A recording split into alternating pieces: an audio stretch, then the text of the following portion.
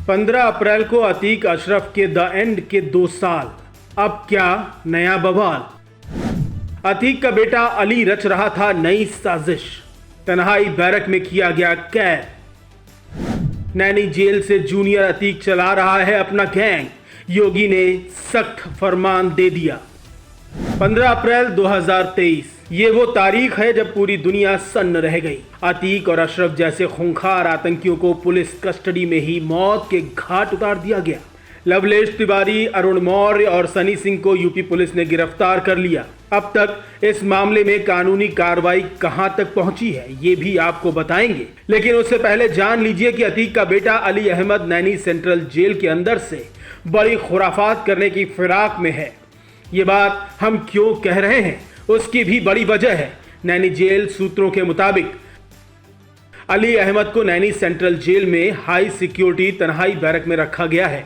पिछले कई दिनों से बीमारी के बहाने अली अहमद बार बार अस्पताल जा रहा था। इस दौरान वो जेल स्टाफ की मदद से बैरक के बाकी कैदियों से मिलने जुलने लगा था। कहा जा रहा है कि अली अहमद जेल से ही अतीक के गैंग को कमांड दे रहा था। आला अधिकारियों तक अली अहमद के कारनामे की खबर पहुंच गई। लखनऊ से सीधा फरमान आया और अली अहमद को तन्हाई बैरक में डाल दिया गया। हाई सिक्योरिटी बैरक के सामने ही अस्पताल का नया गेट भी खुलवाया गया है। अली अहमद अब जेल में बंद साथियों और कैदियों से मुलाकात नहीं कर पाएगा। आपको बता दें कि अतीक अहमद का बेटा अली अहमद उमेश पाल की हत्या की साजिश और रंगदारी जैसे कई मामलों में आरोपी है। उसके खिलाफ गैंगस्टर एक्ट के तहत भी कई केस दर्ज हैं। अली अहमद को नैनी के सर्कल नंबर 2 की हाई सिक्योरिटी सेल में बंद किया गया है। हाई सिक्योरिटी सेल में होने के बाद भी अली कभी कहता कि उसकी आंखों में दर्द हो रहा है, तो कभी कोई और बहाना बनाकर अस्पताल जाने की जिद करता। सूत्रों की माने तो चेकअप कराने के बहाने वो बाहर निकलता और गैंग तक ऑर्डर भिजवा देता। कई बार इस तरह की शिकायतें पहले भी मिल चुकी हैं। इस बार टीम योगी ने वक्त से पहले ही एक्शन ले लिया है। आपको बता दें 30 जुलाई 2022 को प्रयागराज जिला कोर्ट में अली अहमद ने सरेंडर किया था। तब से ही वो नैनी सेंट्रल जेल में बंद है। कहते हैं पिता अतीक अहमद की तरह ही अली अहमद भी काफी दबंग है और गैंग की कमान अपने पास ही रखना चाहता है। दबंगई का आलम यह है कि वो जेल में भी फरमाइश करने से बाज नहीं आ रहा।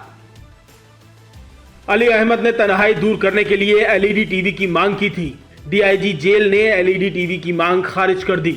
अली का तर्क यह है कि उसे घुटन होती है, बाहर की दुनिया की खबर चाहिए। अली अहमद की कोई बात नहीं मानी गई, बल्कि उसकी निगरानी बढ़ा दी गई। 24 घंटे सीसीटीवी कैमरे की निगरानी में है अली, एक एक हरकत पर नजर है। तन्हाई सेल की मॉनिटरिंग प्रयागराज और लखनऊ मुख्यालय से की जा रही है। माफिया अतीक अहमद के खात्मे के 2 साल के अंदर IS 227 गैंग भी तहस नहस हो चुका है। लेकिन जानकार बताते हैं कि जब तक एक भी मेंबर जिंदा है या अंडरग्राउंड है, तब तक इसे पूरी तरह खत्म हुआ नहीं माना जा सकता।